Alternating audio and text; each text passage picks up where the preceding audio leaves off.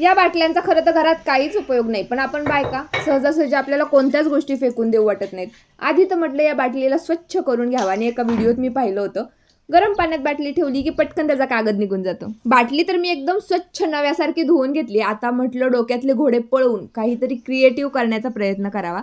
एक सुतळी मी घेतली आहे फेविकॉलनी, ती सुतळी बाटलीवरती चिटकवली आहे. अशा ना वेगवेगळ्या गोष्टी बनवायला मला लहानपणापासूनच खूप आवडतं. असं नाही की प्रत्येक वेळेस मी छानच काहीतरी बनवते. कधी कधी चांगलं बनतं, कधी कधी वाईट गोष्टी सुद्धा बनतात माझ्याकडून. या बाटलीत भरलं पाणी आणि हे स्टोन मी घेतले होते यामध्ये टाकण्यासाठी, पण ते काही त्यामध्ये जाईनात.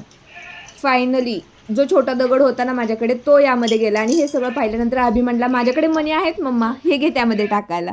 तर ते सुद्धा मी या बाटलीमध्ये टाकून दिलं आणि या प्लॅस्टिकच्या बाटलीमध्ये मी मनी प्लांटचं माझं एक झाड लावून ठेवलं होतं. तर म्हटलं आता हे या काचेच्या बाटलीमध्ये टाकूया.